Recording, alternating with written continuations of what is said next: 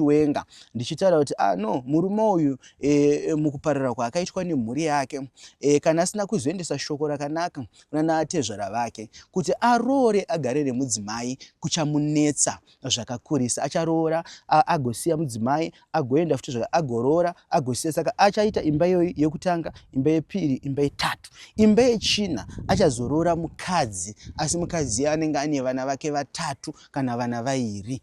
Ane vana vairi ndiye mukadzi waachagarisana naye.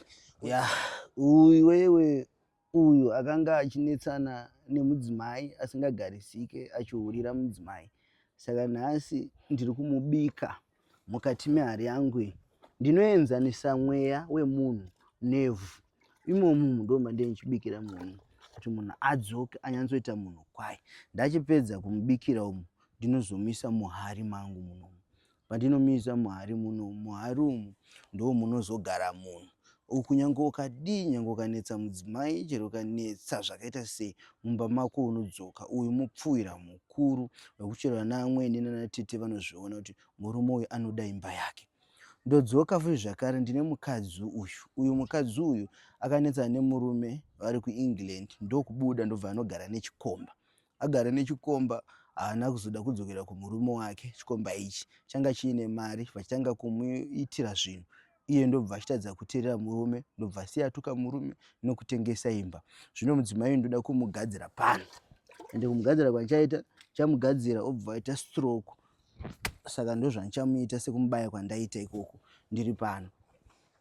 Saka imwe nyaya hombe yandingataure nezvayo kune vanhu vari kunetseka nemisha kana kuti nedzimba dzavo pakurarama. Vangava vanasikana, mhandara dziri kungotambiswa, munhu ovimbiswa kuti ndoda kukuroora, munhu achakuroora. Saka izvo zvinhu zvanetsa zvakakura. Saka murume anenge ataura iye kuti ndoda kukuroora utadza kuzoroora, ndo basa retsvimbo yangu iri kuonekwa nevanhu. Iyo tsvimbo iyoyi ndikanongedza kunenge kuchigara mukomana wako oro murume anenge akakuvimbisa. Iyoyi nyoka inoenda kwaari.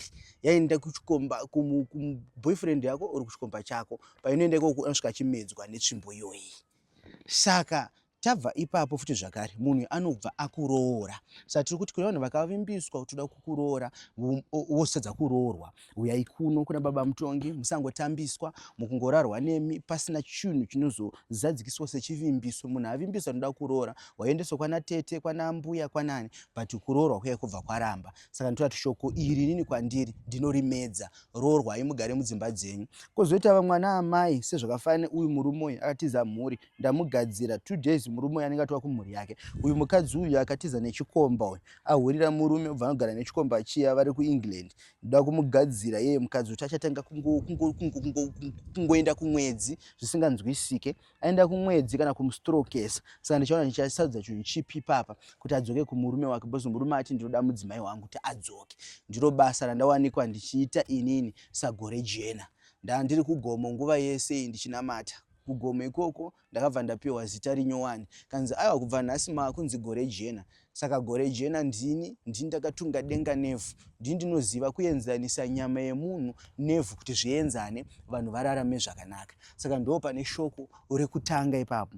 Tochizodzoka pamatambudziko ane vanhu, ndorangara ndakamboprofita ndichiti kuna profeti TF Chiwenga ndichitaura kuti no murume uyu mukuparara kwaakaitwa nemhuri yake kana asina kuzoendesa shoko rakanaka kuna atezvara vake kuti aroore agare nemudzimai kuchamunetsa zvakakurisa. Acharoora agosiya mudzimai agoenda futi agoroora agosiya. Saka achaita imba yekutanga, imba yepiri, imba yetatu. Imba yechina achazoroora mukadzi, asi mukadzi anenge ane vana vake vatatu kana vana vairi. Ane vana vairi ndiye mukadzi waachagarisana naye.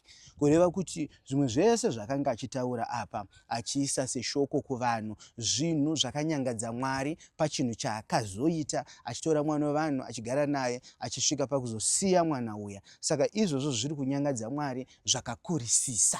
Saka Prophet TF Chiwenga vari kunzi naMwari vauye kuno pano pandiri panapa ndizovapa zambuko reupenyu hwavo. Vombotora Bhaibheri, nyange wakaenda Bhaibheri ravo, vorigadzika pasi ndimbovanamatira kuvabvisa mweya unovateera.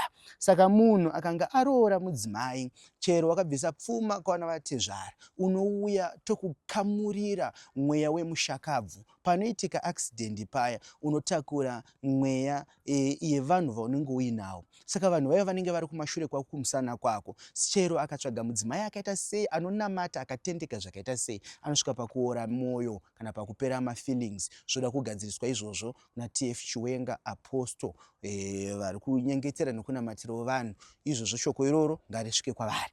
Todzoka kune vanhu vanoda mago back to center, vatambudzika mukuroyiwa nemukusangana netsaona zvakanyanya. Toda kuti vanhu imimi huyai kuno kwagore jena, ndikubatsirei zvinhu zvenyu zvifambe, zvinhu zvenyu zviendeke, uye zvakare zvinhu zvenyu zvese zvamunoshuva kuti zvivepo, zvigare mumaoko menyu.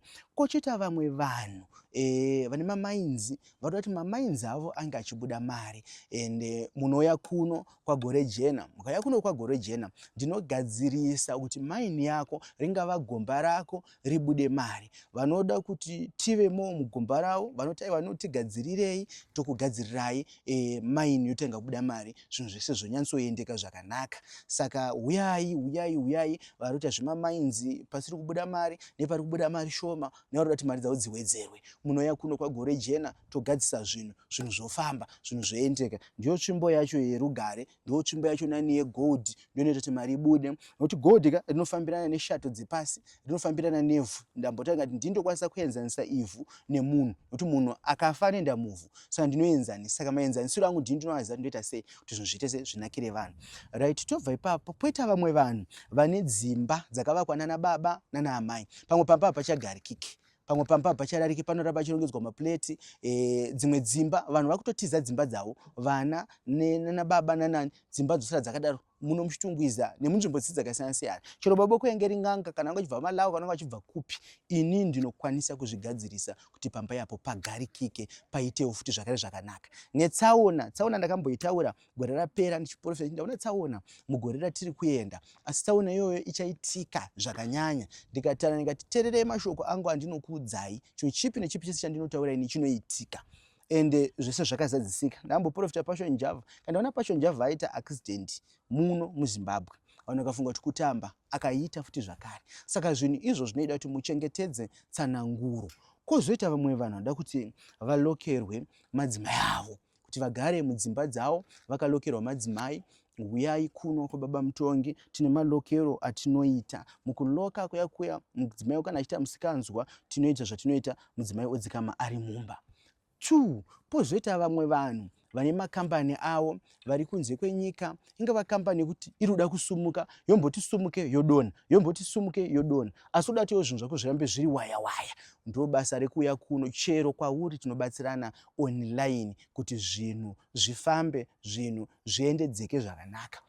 Koita futi zvakare vamwe vane dzimba dzavo dzavakapedza kuvaka, but vapedza kuvaka dzimba dzedze, imba iyaya kana stand yotanga kutengeserawo vanhu hobho. Nevamwe vanhu nemagiraundi avo vanenge vatenga, magiraundi aipotanga kupinda vanhu vakawanda vanda vachivhiringidza pagiraundi pako vachida kukutorera nzvimbo yako. Ndo basa redu rokuya tichiisa mhiko dzatinoisa ipapo kuti nzvimbo irambe iri yako, oro pamba parambe pari pako. Saka vese vane zvinovanetsa, huyai kuno kugore jena, togadzirisa zvinhu zvenyu zvese zvonaka, zvinhu zvese zvofamba zvakanaka. Saka tinobatsira matambudziko ese, eni dambudziko rauinaro rakushupa, bata gore jena, wabata gore jena, togadzisa nhau dzako namazwi ako zvoendeka zvakanaka. Vanoda kuitawo michato navakomana vavo, vanoda kuti zvinyatsobudirira usazorasiswe, huyai zvakare futi kupi kuno tigadzise ndima dzenyu dziendeke zvakare zvakanaka.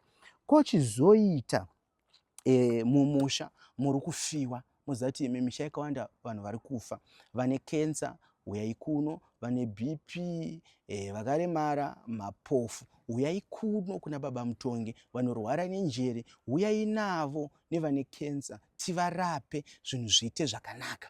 Vanhu vasarambe vachirwara nezvirwere zvasatani, tinozvirapa zvinhu izvi zvopera.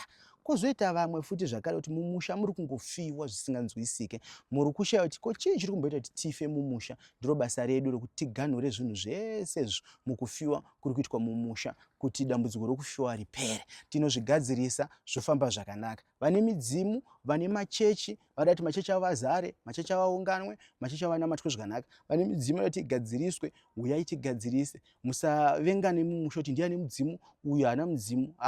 Ibasa redu. Inini ndinozvigadzirisa zvinhu izvozvo. Titi zvishuwa mudzimu apa uripo, apa hapana mudzimu. Saka imimi mese muna matambudziko amuinawo, ada kusimudzirwa makambani awo, chero uri kwauri, simba randinaro inini rinokwanisa kusumuka kubva muno muZimbabwe kuenda kuAmerica kunogadzisa zvinhu zvako kuti zvinhu zvako zvikunakire. Vamwe vanoti no baba Mutongi tokutengerai togadzisa zvinhu zvese, passport yenyu nevisa, mouya kuno kumbondigadzira zvinhu. Tinouya togadzisa zvinhu zvenyu zvofamba zvakanaka. Vanoti aiwa tiitire pafoni, tokuitirai pafoni, toita zvinhu zvenyu zviite zvakanaka. Koita vamwe vanhu vanenge vachivakawo misha yavo, vavaka misha asi mwana onetsa.